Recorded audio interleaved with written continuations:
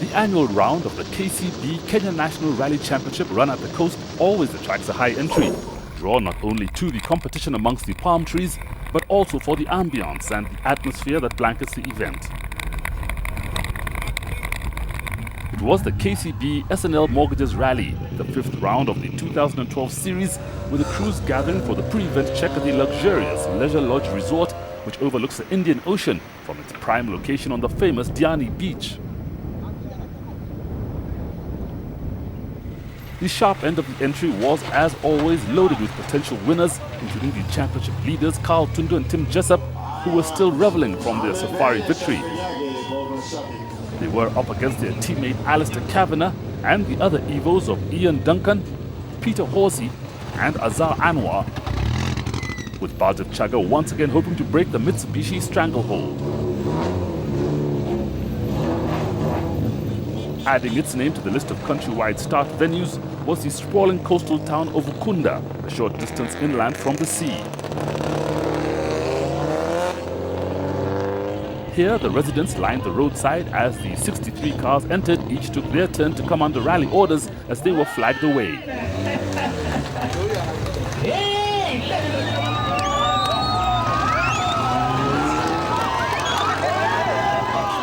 Not far up the road was the Ukunda airstrip, a light aircraft airport catering for the thousands of tourists attracted to the hundreds of beachside holiday resorts. Today, it was serving as a backdrop to the first stage of the rally, a 1.6-kilometer spectator stage run along the perimeter fence line. Thousands turned out to watch, captivated by the speed and glamour of the whole spectacle.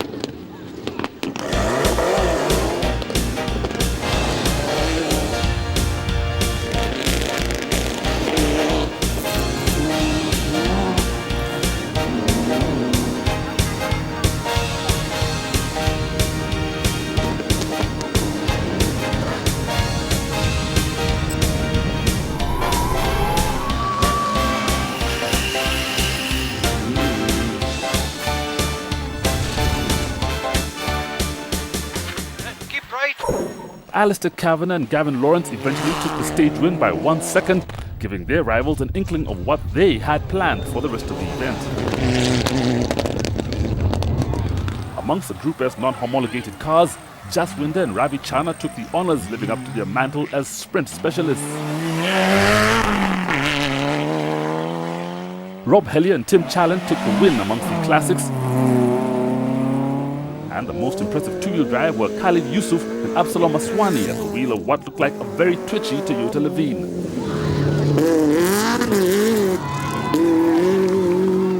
The stage was the only competitive on day one, and the cars returned to Leisure Lodge, where they were regrouped and held overnight.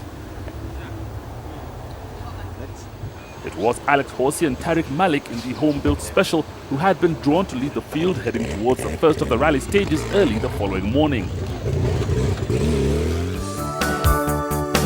6 stages made up the competitive rally distance of 188 kilometers, starting with a long 78k stage before the first of 2 service breaks at Mwachenda. This was followed by 3 shorter stages before another run around the spectator stage just before the finish.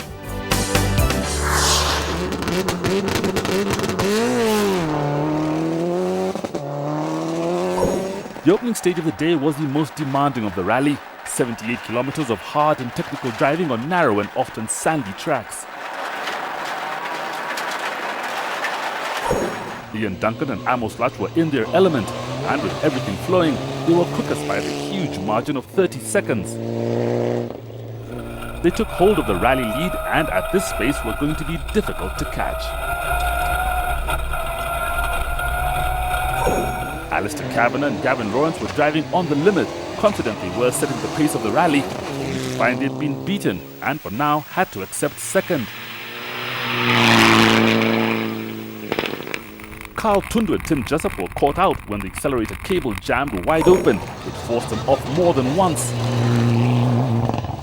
They did well to get through unscathed and to have set the 3rd fastest time, which also placed them 3rd overall. Peter Horsey and Bella Erskine were the first of many to be caught in a brief rainstorm. While whilst they had the pace and the experience, just by being slightly cautious, they found themselves in fourth. 5 of the top 6 were on the same minute, separated by seconds, including Balde Chaga and Raju Semi, who were proving that the N16 is every bit as quick as the Mitsubishis. They were in 5th. In 6th was another N16 in the hands of Quinton Mitchell and Chris Davies, but for them it was becoming an awkward rally. All 4 dampers had blown, but even more alarming was that the navigator had passed out. 20 Ks from the end, Chris said to me, he said, "Sorry mate, you're on your own," and then passed out. So it's been an interesting day. He's catching up on his kip from last night. The stage would claim a handful of cars, including Azhar Anwar and Julius Gige, who were running in 7th.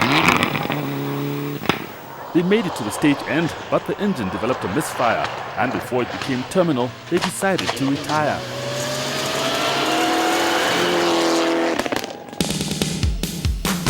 It was too early in the event to make predictions, but for now, Ian Duncan held the lead by 29 seconds from Alistair Kavanagh, with Carl Tundo in 3rd. Less than 2 minutes separated the top 6. After the 78k stage, the crews were well settled in and were now focused on claiming their rightful place on the leaderboard as they tackled the next 55-kilometer section.